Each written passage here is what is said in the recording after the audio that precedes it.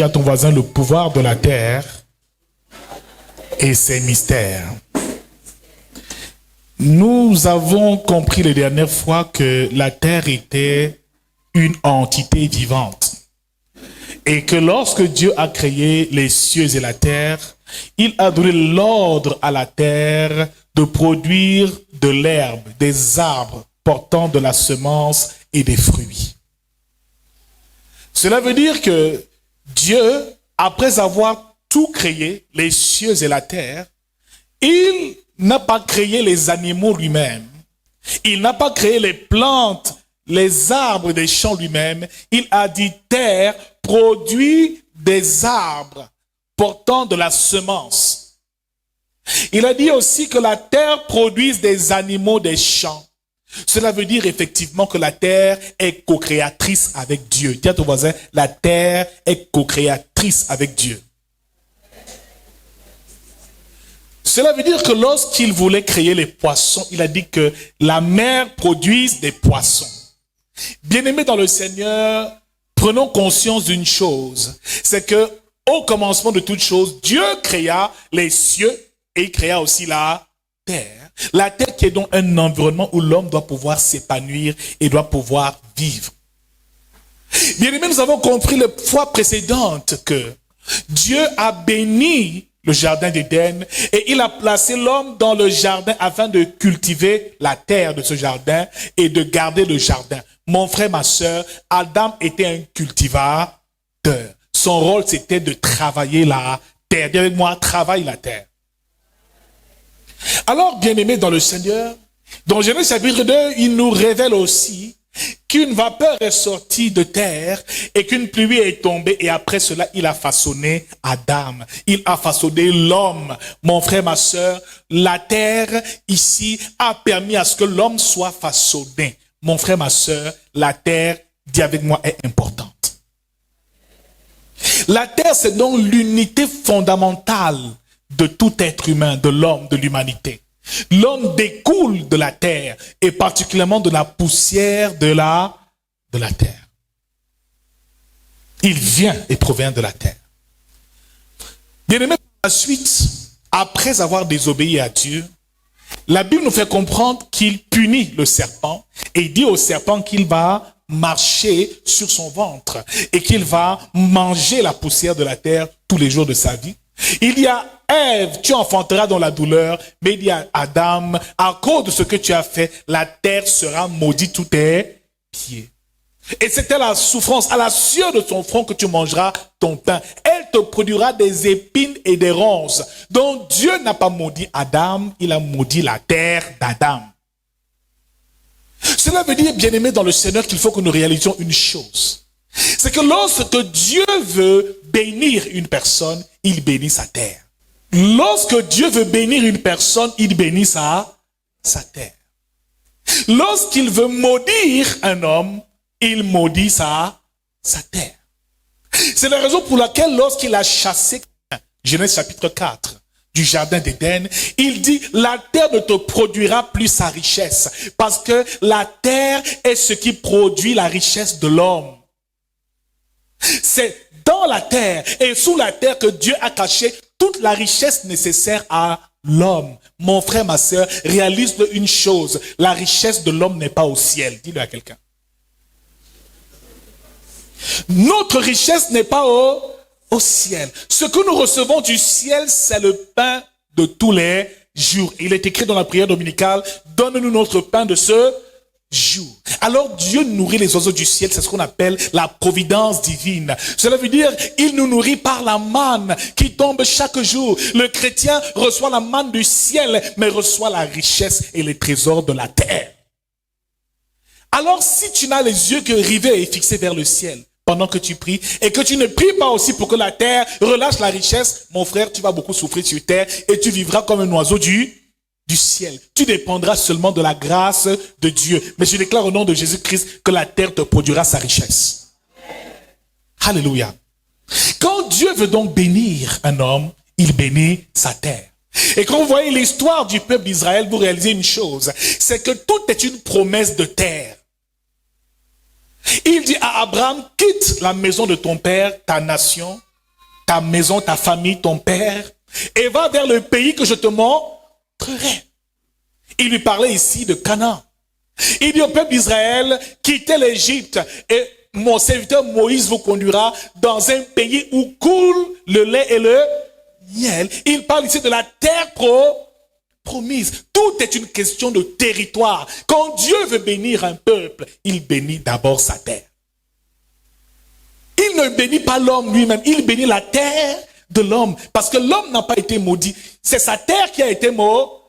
C'est la raison pour laquelle les ennemis, les sorciers, les féticheurs, la seule chose qu'ils font, ils ne prient pas le ciel pour qu'il nous arrive des malheurs. Ils s'adressent à la terre pour que les malheurs nous arrivent. Comme Dieu a maudit la terre.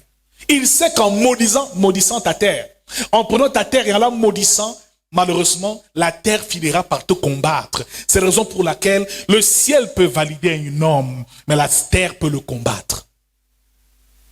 Le ciel peut agréer prière, mais la terre refuse de te donner son fruit, parce que c'est la terre qui produit la végétation, qui produit le fruit, les arbres, dont tout ce qui est abondance découle de la terre.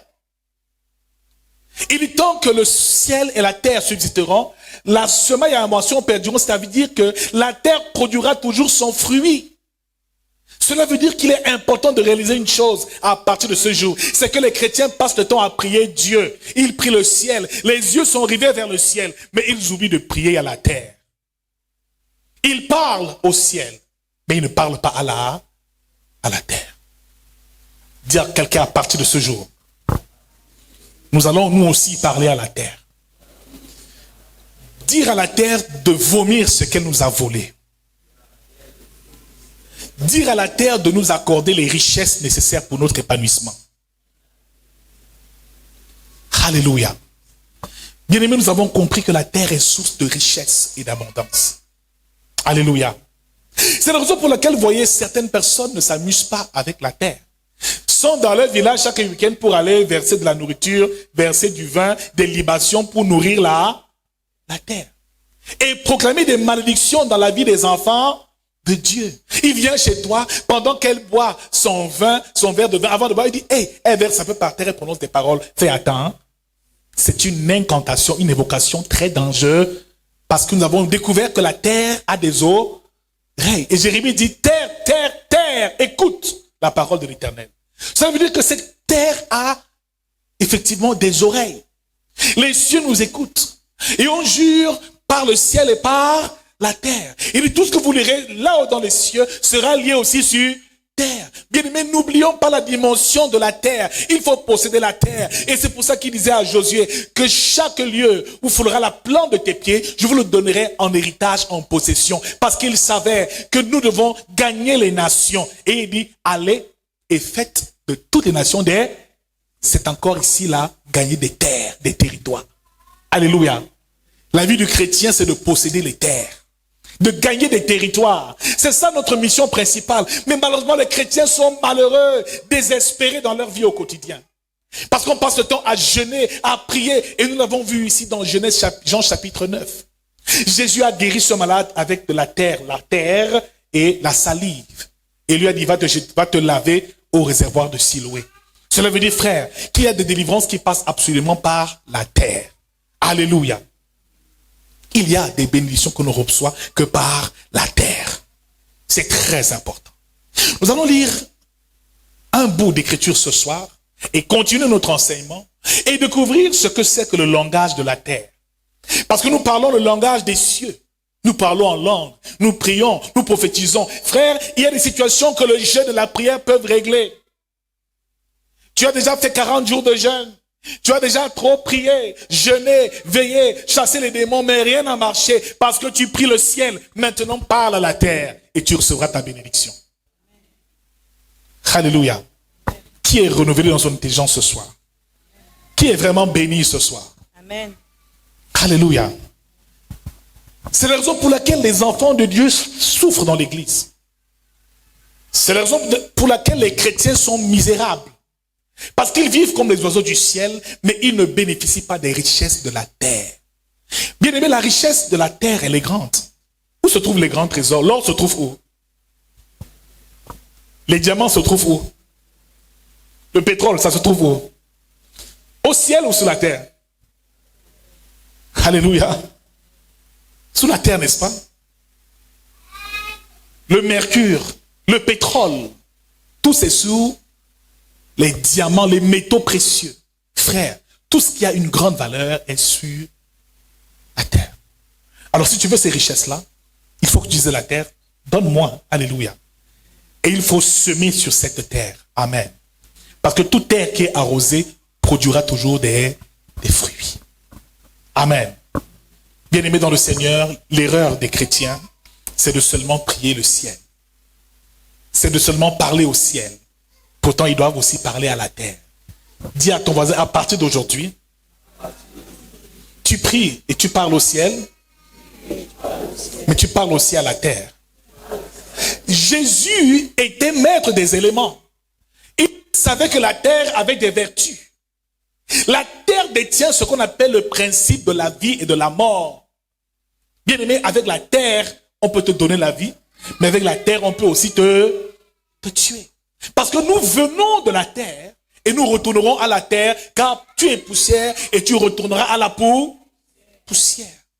Alors ne t'amuse pas avec la terre. La terre du caveau familial. La terre où on a enterré ton placenta et ton cordon ombilical quand tu es né. Ne t'amuse pas. C'est pour ça qu'il faut le faire secrètement. Si tu révèles à quelqu'un où tu as enterré ça, dans la vie de ton enfant, les sorciers viendront prendre la terre et faire des choses terribles pour détruire sa vie. On ne s'amuse pas avec la terre. Alléluia. On ne s'amuse pas avec la terre. Jésus connaissait le pouvoir de la terre. Et dans Matthieu chapitre 10, il nous dit clairement que lorsque vous allez dans une ville, si s'y trouve un homme de paix qui vous accueille, que votre paix demeure dans sa maison. Mais s'il vous rejette, secouez la poussière sous vos pieds. Il savait que la terre, on ne s'amuse pas avec. Il secouait juste la poussière. Alors si quelqu'un vient chez toi en rentrant, il secoue la poussière et maudit ta maison, tu auras des sérieux problèmes.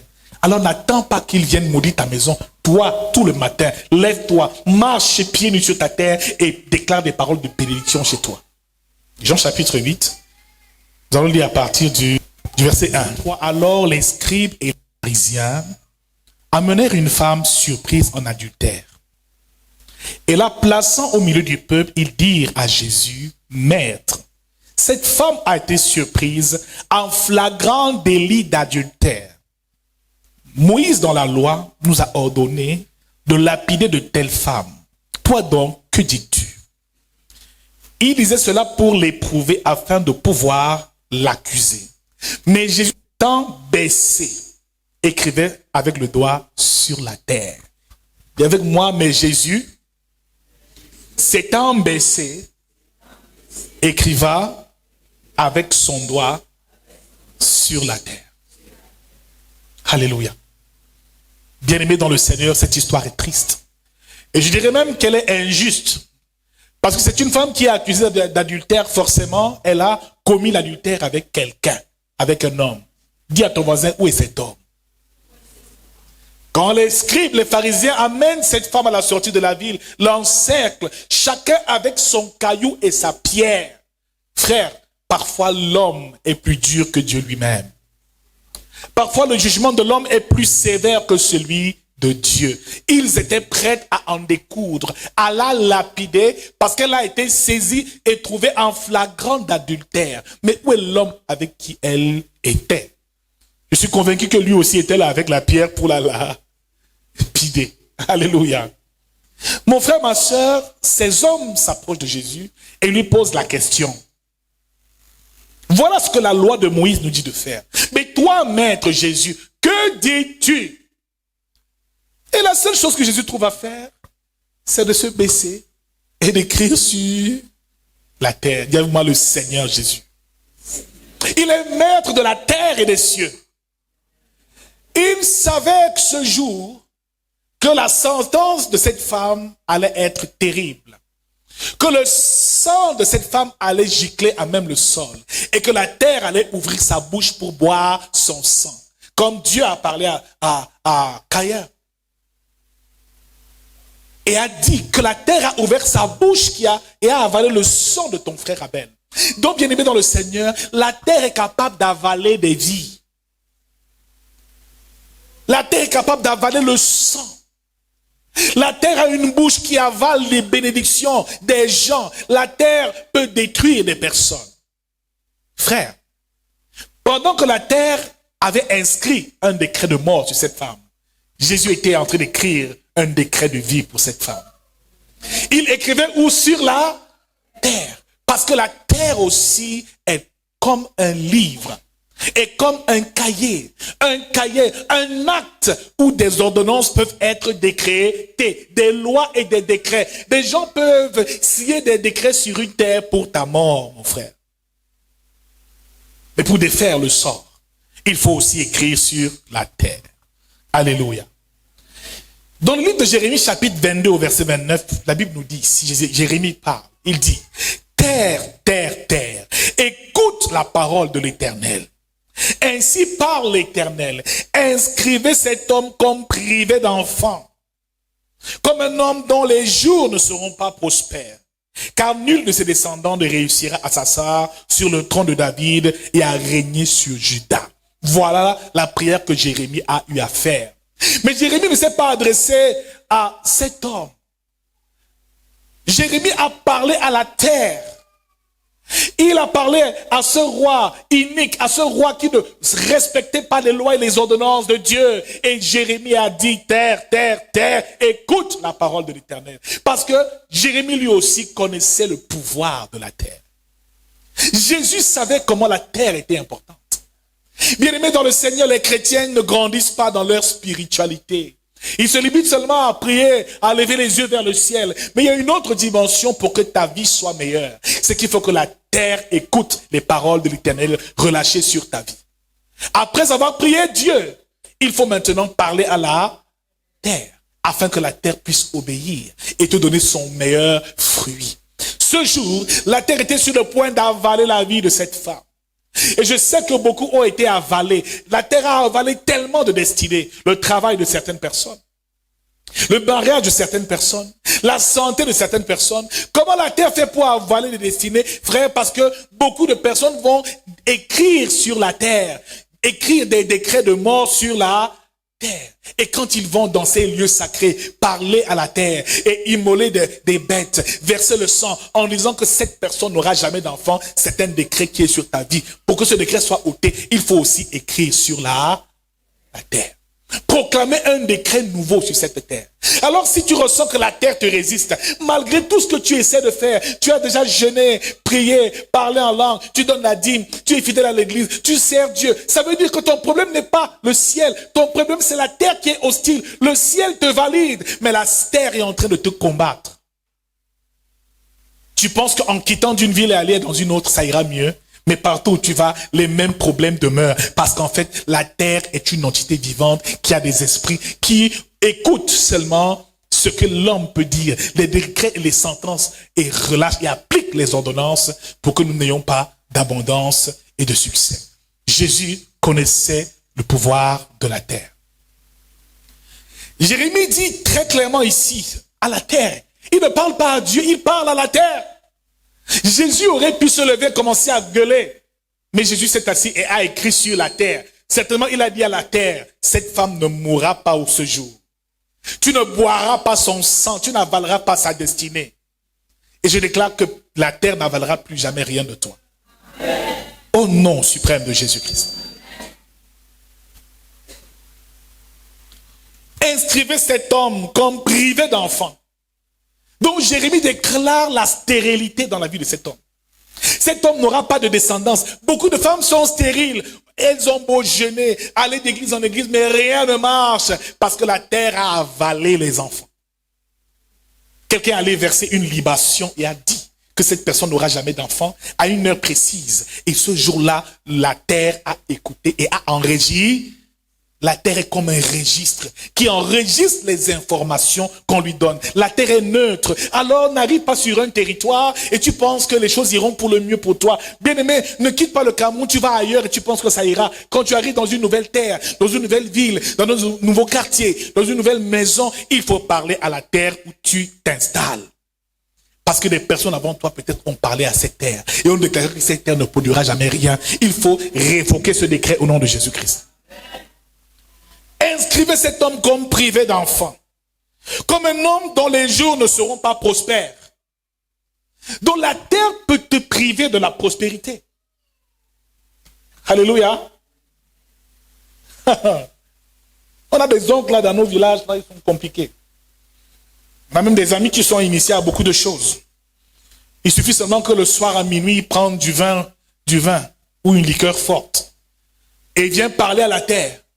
Que comme elle m'a fait ça, elle ne travaillera jamais. Partout où elle ira, personne ne va la recruter. Et il verse cette liqueur. Ou il verse cette huile rouge. Mon frère, par la suite, tu vas chercher du travail. Le ciel t'a déjà béni. Nous sommes déjà bénis de toutes les bénédictions spirituelles dans les lieux célestes en Jésus-Christ. On a reçu le Saint-Esprit, on parle la langue, on prophétise, on chasse les démons, on vit une vie consacrée, on est déjà sauvé. Mais une chose nous manque, l'argent. Dites vous l'argent. L'argent n'est pas au ciel. Amen. Touche ton voisin, dit l'argent n'est pas au ciel. C'est la raison pour laquelle il se moque de nous. On est toujours là, oh Dieu, Dieu, Dieu. Lui là, il ne prie pas Dieu, il prie la terre. Il te bloque sur la terre. Il verse le sang d'un coq ou d'une poule. Et il dit à la terre, voici l'offrande que je te fais. Pour que la vie du frère là soit un enfer. Pour que tu voies 5 francs ici là. Aussi longtemps que tu marcheras sur cette terre, ça sera très compliqué. Alléluia. Tu vivras seulement comme un oiseau du ciel. Frère, beaucoup de chrétiens vivent comme ça. Hein? Ah, le jour où il a 2000, gloire à Dieu. Le jour où il a pu payer le loyer, alléluia. Le jour où il a pu avoir un peu d'argent pour manger, il dit, oh Seigneur, je te bénis. Ce qui nous vient du ciel, ce n'est que de la manne, mon frère.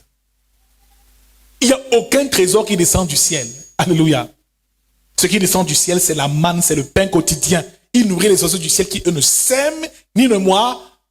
Il nous nourrit par sa providence. Il nous donne le pain quotidien. C'est ce que Dieu a promis de nous donner. Frère, mais pour les richesses, il faut s'adresser à Allah. Je déclare ce soir que la richesse te produit, la terre te produira cette richesse. Que la terre t'ouvrira ses portes. Les nations nous seront ouvertes. Et de lieu en lieu, nous allons être bénis et prospères. Parce que ce soir, nous allons révoquer les ordonnances qui ont été décrétées sur la terre contre nous. Frère, tu peux vouloir te marier. Tu fais tout pour que le mariage marche. Mais il y a quelqu'un là dans la famille qui va quelque part. C'est pour ça que dans les familles, il y a ce qu'on appelle des chefs de terre. Bien aimé dans le Seigneur, même dans la République, la nation, il y a ce qu'on appelle les chefs de terre. Un gouverneur, vous pensez que c'est quoi le gouverneur? Alléluia. Un préfet, c'est quoi? Un sous-préfet, c'est quoi? Un chef de village, c'est quoi? Ne t'amuse pas avec eux. Dans chaque famille, il y a un chef de terre établi. Son rôle, ce n'est pas de prophétiser sur les gens. C'est de tisser des alliances avec la terre. Chaque mois, il se rassure que la terre a avalé ton mariage, a avalé ta santé. C'est adressé à la terre contre toi pour que tu ne trouves pas du travail. Je déclare au nom de Jésus-Christ que la terre va l'avaler ce soir. Amen. Que tout ce qui t'avait volé te sera restitué. Et c'est pour ça qu'il est écrit, mon peuple est détruit faute de connaissance. C'est une révélation pour qui ce soir, ce qu'on enseigne là ce soir? C'est une révélation pour qui? Alléluia. Vous voyez les problèmes que nous avons, n'est-ce pas? Le chrétien a tout. Quand on te voit, tu es beau, tu es éloquent, tu prêches, il y a l'onction qui passe. Mais quand tu rentres, tu es foiré comme une souris de l'église. L'argent te fuit comme la peste. Mais d'autres dans le monde, eux, ils réussissent. Tu te demandes comment eux, ils font. Parce que la terre ne parle pas contre eux. Non. Les parents savent comment faire pour sécuriser leurs enfants. Ils versent des huiles, des choses. Chaque mois, ils vont faire des choses, des libations, des choses terribles. Mais par la suite, la fille, elle n'a pas besoin de se casser la tête. La terre lui donne le meilleur de son fruit. Amen. Nous, notre héritage, ce n'est que le ciel. Alléluia. Comme les oiseaux du ciel. Frère, on mange par la grâce de Dieu. Le jour où tu as 5000, tu diras, Seigneur, je te bénis. Je ne m'y attendais. Le chrétien, c'est toujours à la dernière minute. Enfin, j'ai pu trouver l'argent pour le loyer. Seigneur, je te rends grâce. Oh, tu me soutiens toujours. On se contente toujours du minimum. Qui vit ce genre de choses ici? Qui vit comme un oiseau du ciel ici, dit la vérité? Serviteur de Dieu, dis la vérité. Enfant de Dieu. Que avoir aussi un compte bancaire fourni avec même 10 millions dedans, que tu sais, c'est mon argent, j'ai juste gardé. Ça n'arrive jamais. Tu es toujours du rasoir. Toujours en train de garder, de se battre sur le qui-vive. On ne sait jamais. Demain, là, je ne sais pas si je vais encore bien manger. Mieux, je mange bien maintenant. Le genre de chrétien, là, tu le vois à une fête, il mange, le plat est chargé, tu te demandes, mon Dieu, est-ce qu'il va digérer tout ce qu'il a mangé? Alléluia. J'étais à une cérémonie comme ça, j'ai vu un confrère, un pasteur. Il a tellement chargé le plat que je me suis inquiété. C'est-à-dire, il met le haricot, il met les beignets, il met le riz, il met le poisson, mettez les légumes ici, mettez le porc ici. C'est-à-dire, il a arrêté le plat. C'est-à-dire, il tenait, parce qu'il sait pas si, demain, c'est pas facile pour lui. Comme il a vu aujourd'hui, peut-être c'est encore à Noël qu'il verra un plat de cet envers. J'annule l'esprit de pauvreté dans ta vie au nom de Jésus. Que la terre nous produise des richesses dans la nourriture en abondance. Frère, cette année, c'est l'année de l'accomplissement. La révélation est progressive et quand Dieu nous révèle de telles choses, c'est parce que les choses doivent changer. Bien-aimé, quand tu es en alliance avec la terre, rien ne peut te manquer. Alléluia. Tu vis ce qu'on appelle l'abondance, la surabondance. Parce que le ciel t'a déjà béni, maintenant la terre te donne le meilleur de son fruit. Le meilleur de ses trésors. Parce que la richesse de l'homme est sous terre. C'est la raison pour laquelle les chrétiens sont dans les églises. Mais les gens du monde, les voilà qui construisent tout. Ils nous dominent en tout. Parce qu'en fait, eux, ils sont liés à la terre. Pendant que nous, on a les yeux vers le ciel. Qui est vraiment béni par ce message ce soir? Le Seigneur révèle quelque chose à quelqu'un ce soir? Alléluia. Bien-aimé dans le Seigneur, il dit par la suite, inscrivez cet homme comme privé d'enfant, comme un homme dont les jours ne seront pas prospères, car nul de ses descendants ne réussira à s'asseoir sur le trône de David. Frère, c'est une sentence très dure. Mais Jérémie n'a pas parlé à ce roi-là face à face. Il n'a pas parlé à Dieu quand il voulait maudire cet homme. Il a parlé à quoi? Il a dit, terre, terre, terre, écoute. Cesse de parler seulement à Dieu. Jésus parlait à la mer se calmait. Il parlait à un arbre, Jésus a parlé à un arbre, oui ou non? Il a séché ce figuier, tout. Il dit que jamais plus personne ne mange de ton fruit. Qu'est-ce qu'il y a seulement? Oh Seigneur, oh mon Dieu, toi-même tu vois, ta servante, je vais sortir, oh, aide-moi, bénis-moi. L'argent ne vient. Après avoir fait comme ça, maintenant il dit, maintenant terre, il a dit, Dieu m'a validé. Maintenant terre, donne-moi toutes ces choses-là. La terre va te donner aussi. Alléluia. Parce que nous vivons sur terre. Osée chapitre 2, verset 22. La terre exaucera le blé, le mou et l'huile.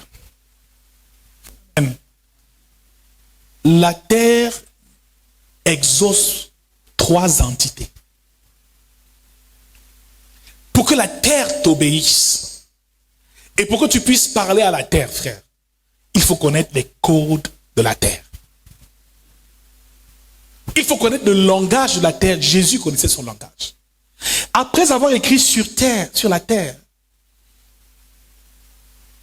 il leva les yeux vers ces hommes qui étaient en train d'accuser cette femme. Mais il se sont seulement rendu compte qu'à un moment, Jésus a cessé d'écrire et a levé le visage et a dit que celui qui n'a jamais péché lui jette la première pierre. Sans s'en rendre compte, ces hommes ont perdu leur force. Jésus était en train d'écrire quelque chose concernant la vie de cette femme, de donner une instruction à la terre pour cette femme. Alléluia. Frère, les libations ont toujours existé. Aaron, les sacrificateurs, tous faisaient des libations. Versaient du sang par terre, versaient du vin, de l'eau, un certain nombre de produits de la terre, du froment sur terre. Et laissez-moi vous dire une chose, ça là, c'est une grande révélation. Alors, pour comprendre le langage de la terre, la première chose qu'il va falloir faire, pour que la terre puisse t'obéir, alléluia, la toute première chose que tu vas découvrir, pour pouvoir entrer en contact avec la terre, alléluia, tu vas écrire numéro 1, enlève les chaussures de tes pieds. Alléluia. Exode chapitre 3, Moïse arrive dans un lieu, au mont Horeb, et conduisait le troupeau de son beau-père Jéthro, quand l'ange de l'Éternel apparaît à Moïse sous la forme d'un buisson ardent. Il lui dit, ôte les souliers de tes pieds, car cette terre est une terre sainte. Frère, il y a des prières qu'on fait seulement les pieds en contact avec la terre. Chaque lieu foulera la plante de ton pied, pas les chaussures de tes pieds, mais la plante de tes pieds, je vous le donnerai. Frère, il y a des lieux où, pour que tu possèdes ces lieux, tu dois enlever les chaussures de tes... Fais attention. Quand tu dis aux gens, entrez chez moi, enlevez vos chaussures. Si quelqu'un est initié à certaines choses, pendant qu'il entre, il commence à déclarer des choses, pieds nus dans ta maison, les malheurs qui vont suivre, ça va te dépasser. Qui a déjà marché pieds nus? As-tu déjà invité quelqu'un chez toi, il a marché pieds nus dans ta maison? Qui s'est déjà déchaussé en entrant chez toi? Hein? Qui a déjà reçu des invités chez lui et la personne s'est déchaussée pour entrer? Qui a vécu ça déjà chez lui? Qui a reçu un invité qui s'est déchaussé en entrant chez lui? Tout le monde a vécu ça, n'est-ce pas? Voilà. Le premier code, c'est que pour parler à la terre, il faut entrer en contact direct avec la terre. Alléluia. Amen. Deuxième clé pour parler à la terre. Alléluia. Il faut l'appeler 3 fois. Jérémie a dit, terre une fois, terre 2 fois, terre 3 fois. Après la 3e fois, la terre s'ouvre. Alors, une fois les pieds nus, tu vas t'agenouiller et appeler la terre 3 fois en frappant la terre une fois. Terre 2 fois, terre 3 fois, terre. Après ce moment-là, la terre peut t'écouter. Numéro 3, présente-toi à la terre. Elle ne te connaît pas. Qui es-tu?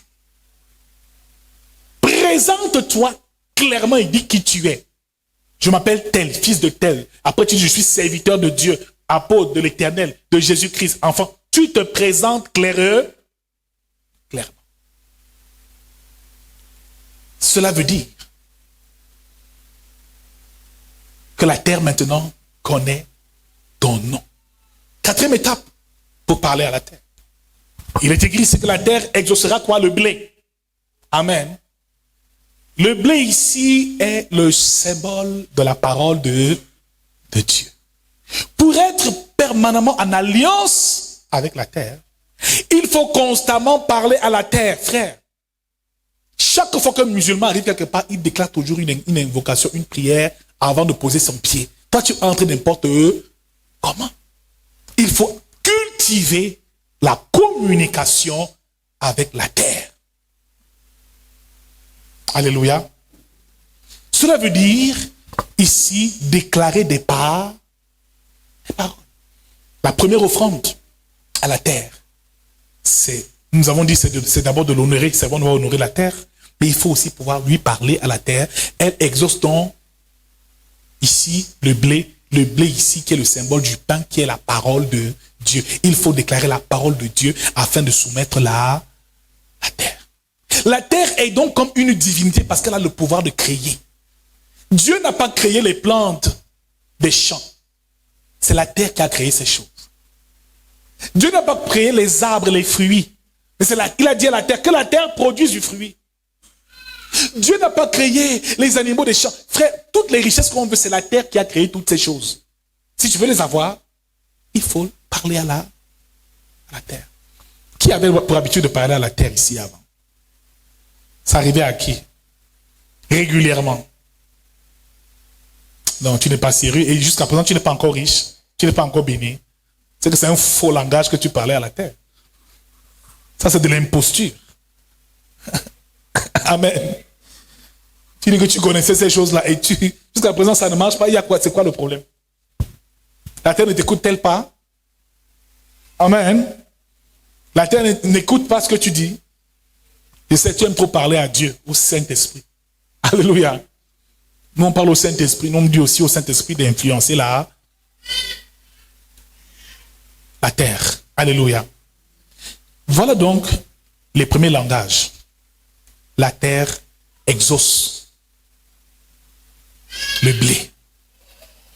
Le blé ici est le symbole de la parole de Dieu. Alléluia. Nous verrons les prochaines fois ce que c'est que le mou et ce que c'est que l'huile. Parce que voilà les trois entités qui peuvent influencer la terre. Elles exaucent le mou. Elles exaucent le blé. Elles exaucent quoi d'autre encore? L'huile. Alléluia. Ce soir, nous allons prier et déclarer à cette terre de nous restituer nos richesses. Alléluia. Nous avons beaucoup souffert. Il est temps que les choses changent. Qui réalise que sa vie est en train de changer ce soir? Parce qu'il y en a beaucoup qui vont d'église en église pensant trouver la solution. Mais ils ne savent pas qu'après avoir prié, il y a une autre dimension. Il faut que la terre maintenant exauce. Alléluia. Que la bénédiction qui a été relâchée sur le plan spirituel soit maintenant sur le plan terrestre. Je suis marié, mais dans l'esprit. J'ai vu mon mari dans les rêves. Il est long.